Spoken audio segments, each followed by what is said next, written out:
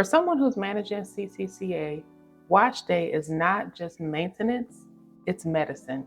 And for years, I was approaching it the wrong way, not because I didn't care, but because I don't really feel that I really understood exactly what my scalp needed. My name is Joy, and this is my Sisterlocks CCCA wash day story. This is the process that I have built over 65 months that keeps my scalp calm and my locks happy. I want to be clear about who this is for. If you're managing CCCA, which is concentric, centrifugal, cicatricial alopecia, or any type of inflammatory scalp condition, then you already know that the way you wash your hair is completely different from what anybody else needs when they wash their hair. So this will not be the same as a no shade generic lock tutorial because it's a whole lot more going on than that. When I did the same things as other people who had healthy scalps, it actually seemed to harm my scalp. So I had to switch it up. And everything that I'm sharing today is specific to my CCCA journey. I'm not a dermatologist, but I always say I rely on my loctician and my dermatologist and my professionals because they really do keep me together. But this is what my wash day process looks like and why I do it this way. Step one, the medicated pre-step. Step one is the step that most lock tutorials don't really focus on. Now for me, before I even wash my hair, I focus on my scalp. I go to my sink, I just wet my hands a little bit, get a little bit of water in my hands, just kind of wet my scalp a little bit. And then I put my medicated shampoo on my scalp and I just massage it in and I let it sit for about 5 to 10 minutes. You might ask why I do that. Because with CCCA, my scalp deals with chronic inflammation. And that medicated shampoo, I have learned it needs time to do its magic and to work. When I used to rinse it out right away, I didn't really feel like it just did everything that it needed to do. It's almost like it just kind of needs the time to get in there and to cleanse your scalp and to work its magic. So I apply it, I let it sit, and as I'm letting it sit, I can feel just the tension easing in my scalp. If I had any pain or extreme sensations, I can feel those kind of easing away as it sits in my scalp. And once I feel that kind of ease, that's when I know that I'm ready to rinse it out and commence the more regular part of my shampoo process. Step two is the second cleanse. Now, once I rinse it out, I actually apply the medicated shampoo one additional time, almost like a traditional shampoo. I let it get all nice and sudsy on my scalp to make sure I didn't miss anything, and then I rinse it out. This step is so important with the medicated shampoo that it's worth going through it 2 times, and I do that every week, no exception. I don't rush it because a clean scalp is really the foundation of everything. So I try to make sure I'm starting there and then I build on top of it.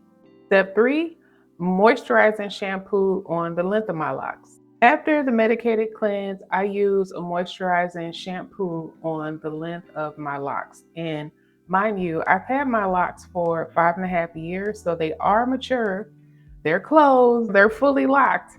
So I can go to town with moisturizer as long as I don't see any concerns and my loctician doesn't see anything. I like to make sure that my locks feel moist, definitely. So after the medicated cleanse, I use a medicated shampoo, but I use it specifically on the length of my locks and not my scalp. And the reason why is because, medicated shampoos, they're designed to treat, but they don't necessarily focus on nourishing hair, especially my unique, coarsely textured hair, the way it needs. So I still do seek out a shampoo that works for my hair type, which tends to be dry often. Before I got to the point where I started using a moisturizing shampoo and I was only using a medicated shampoo, my locks were so dry. And my locticians would always tell me when my locks were dry, and that was when I figured out I needed to do something different, which is where this step came from. My locks, even though they're fully mature, they're still hair and they still need moisture. So I use a moisturizing shampoo to help with the older part of my locks in particular. Before I started using the moisturizing shampoo, my locks were really stiff and they had been stiff for a little while. I had kind of gotten used to it. And after I used the moisturizing shampoo, I was like, oh, they're so soft. I was like, oh, that's nice. I guess I needed this. So I'm just really keeping my hair from being stripped and keeping my hair that makes up my locks happy. Step number 4, medicated conditioner, which is a game changer. This is a step I want you to pay close attention to. Using the medicated conditioner on my scalp for me has definitely been a game changer. When I was researching and I found that the shampoo that me and my dermatologist settled on also had a matching conditioner with about, I think maybe about half the strength of the medicated, the active ingredient, but this one was designed to condition the hair.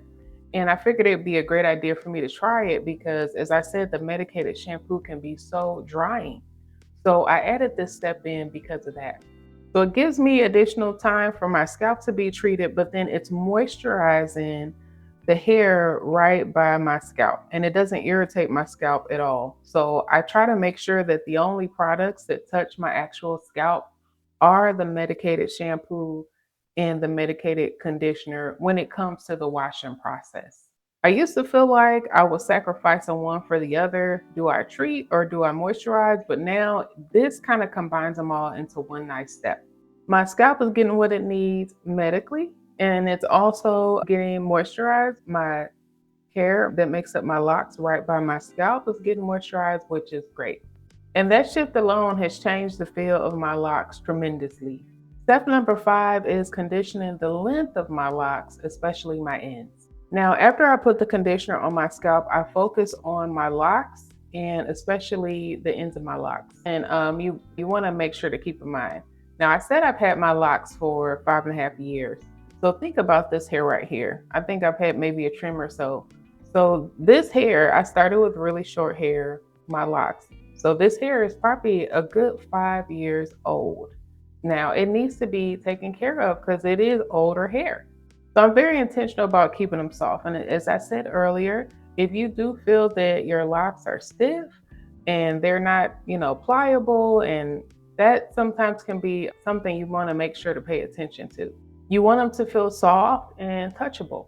Now, when I put my conditioner on, and I probably use more than you're supposed to, it's my money, whatever. But when I put it on, I make sure that I put a plastic bag on my locks too, even if it's only for 5 minutes, just to help the conditioner penetrate a little bit more. That couple minutes in the shower gives the conditioner enough time just to kind of get in there a little bit to help soften your hair. And that's another small step that makes a real difference. Before I keep going, I put together a free wash day guide that goes through my entire wash routine. I've linked it in the description. I also have a video where I actually wash my hair, so you can watch me wash my hair. I will link that also. And a lot of the products that I use to wash my hair, I've placed in my Amazon storefront, and I will link that for you too. But make sure you grab a copy of my free wash day guide. I think you'll enjoy it. Step 6, morning wash and post-wash care. Now, unless you use a blow dryer on your locks, which I have to be very careful of heat or anything that can make my scalp feel uncomfortable, you know that locks take a while to dry. And going to bed with wet locks is a no-no. Don't do that. Don't do that. I have tried it. It's not a great idea. You'll have a hard time sleeping. Your pillow's going to get wet. Your hair may not dry properly. Wet hair, hair that's wet too long that doesn't dry, you got to start thinking about mold and stuff like that after a while. It gets complicated. It's just not a good idea. So I wash my hair in the morning every single time. And this is not a coincidence. It's very intentional. I need my locks to have hours to air dry, and I don't want to worry about it. So it's really the best way for me to do it at home. You don't want that moisture to just lock in your hair, to just sit on your scalp. That's not a great idea. And after I wash, I do use a leave-in conditioner. I know you like conditioner again, but if I skip it, I feel it. I really do. So I apply a leave-in conditioner. I like my locks to feel very smooth, When I run my fingers through, I don't want my fingers getting caught too many locks trying to, wiggle my fingers through. So once I feel like they have a little bit of a smooth feel that I like, then I do seal with a little bit of oil, just a little bit. We're in the summer, so I don't use as much as I do during other times of year. And I let it air dry. I try to keep my scalp free from product for the first couple of days, with the exception of whatever my dermatologist has me using. And that has been working for me. Step 7, I did want to mention too, microfiber towel. And I do use a microfiber towel even before I put on the leave-in conditioner to get as much of the water out as I can. And I guess I've come across a great problem to have because I've used the same microfiber towels for years, but I'm at the point where they're almost too short for me and I might have to find some longer ones. I might end up gifting my microfiber towels to my daughter and just going ahead and finding me something that's a little longer. A problem I didn't think I'd have, but it's a problem that's coming up that I have to figure out. It's a good problem. But I like the microfiber towel because it pulls the water out without friction. So I can wring it and squeeze it a little bit and do that a couple times. And then I move on to whatever I'm going to do after I've washed. I want to mention step 8, monthly deep conditioner. And I did not start doing this until I had very, very mature locks where I started feeling like I had a dryness issue. But once a month, I do take the conditioner that I use every week. I apply it liberally and I put on my shower cap, but I let it sit this time for like 30 minutes. So, I go read a book or something and wait for my 30 minutes to be up. And again, my locks always surprise me with how different they feel when I treat them so well. When I first started doing this, I was like, oh, I really needed this. And so I have definitely kept it up since then. If I slack on the 4 weeks, then I do 6 weeks. I try to make sure within each retie period that I do a deep condition at least once. And that has been another complete game changer for me. Again, if your locks aren't mature, you got to be careful with some of these moisture steps because you don't want your locks to unravel. So if you're braiding and banding, stay braiding and banding. I didn't do any deep conditioning when my locks were that new, and I would have to research the benefits of that.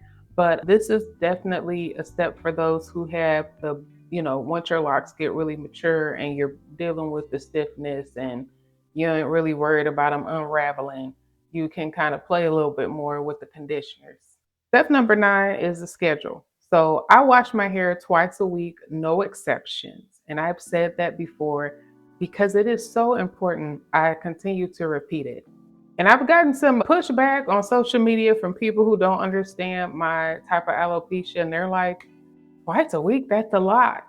Yeah, I wouldn't be doing it unless I had to, but I have learned that unless I use a medicated shampoo twice a week, my scalp screams at me and it will let me know that it is unhappy. With my scalp condition, cleanliness is not optional because that is directly connected to how inflamed my scalp can get. If it feels like it's dirty, it starts to feel irritated. The inflammation, the pain, all the sensations, it's like they kind of like rise up a cliff and excuse me, you can feel them just kind of coming back. Look at my blanket. This is what it does when when I get away from wash day. My scalp just starts like every day. It's just more and more. That's exactly what happens. So twice a week, it keeps the scalp clean. It keeps my inflammation manageable. It gives me good information about how my scalp is feeling and doing that week. Because I know if I made it between the 2 washes and I didn't have too many issues, then my scalp was pretty calm that week. That data that it gives me is how I make decisions for my hair and scalp every day. So if you are managing CCCA, or you're just trying to figure out how do you care for your locks, I hope this gave you some inspiration or some ideas to explore for yourself.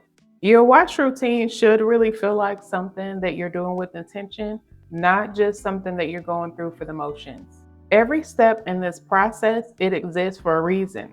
And the reason always comes back to one thing, which is to keep my scalp as healthy as possible so I can keep my hair for as long as I can. Go grab my free wash day guide. And if what I'm sharing with you resonates with you in any way, please do make sure to subscribe. I'll see you in the next one. Take care of yourselves. Bye.